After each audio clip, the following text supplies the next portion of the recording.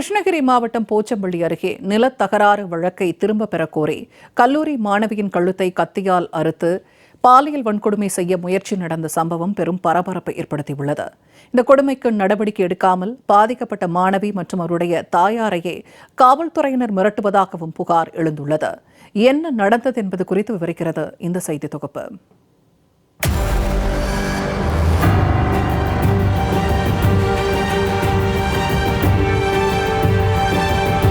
கிருஷ்ணகிரி மாவட்டம் போச்சம்பள்ளி அடுத்த அனக்கோடி கிராமத்தைச் சேர்ந்தவர் லாரி ஓட்டுநர் ராஜேஷ்குமார்.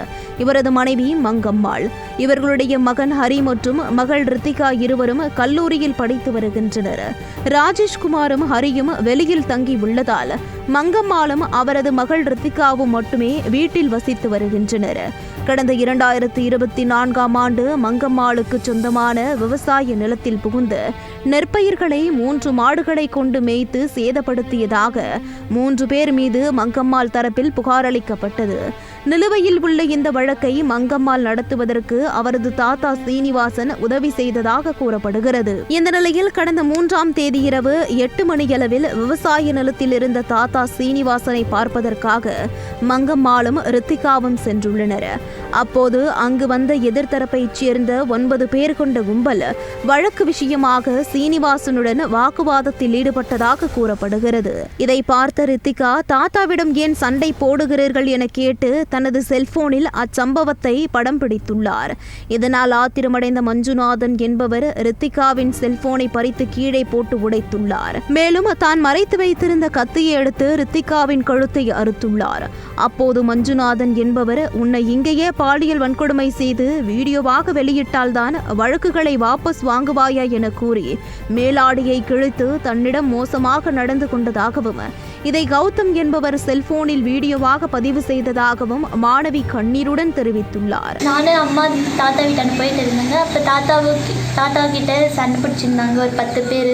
போய் நான் தாத்தா கிட்ட என்னப்பா அப்படின்னு தான் கேட்டேன். அடுத்து அங்கே இருக்கிறவங்க எல்லாம் வந்துட்டு இருக்கிறாப்பாரு, வீடியோ பிடிச்சி மின்னுகாரன்னு காட்டுறதுக்கு வந்துட்டு இருக்கிறா அப்படின்னு ரொம்ப ஆபாசமான வார்த்தைகள் எல்லாம் பேசி என்ன அடிச்சாங்க. அடிச்சுட்டு ஃபோன் பிடுங்கி உடச்சிட்டாங்க.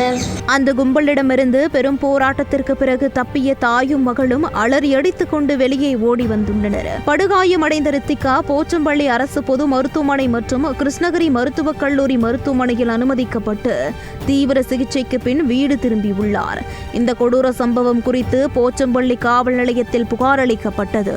ஆனால் வழக்கு பதிவு செய்து நடவடிக்கை எடுப்பதற்கு பதிலாக வழக்கை வாபஸ் வாங்குமாறு போலீசார் தங்களை மிரட்டுவதாக கண்ணீருடன் குற்றம் சாட்டியுள்ளார் மாணவியின் தாயார் மங்கம்மாள். நேற்று ஸ்டேஷனாங்க வாங்கம்மா பேசணும், இது மாதிரி அவங்க கேஸ் கொடுத்துக்கிறாங்கன்னு சொன்னாங்க சார். அதனால போயிருந்துங்க.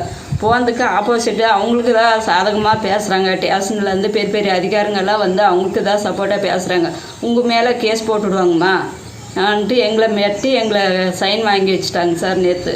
ஆனால் இச்சம்பவம் குறித்து போச்சம்பள்ளி போலீசாரிடம் கேட்டபோது கல்லூரி மாணவி கூறுவது பொய் என்றும், நிலம் சம்பந்தமாக இருவருக்கும் உள்ள பிரச்சனையில் அடிதடி மட்டுமே ஏற்பட்டுள்ளதாகவும், தற்போது இருதரப்பிலும் CSR பதியப்பட்டுள்ளதாகவும் விளக்கமளித்துள்ளார்.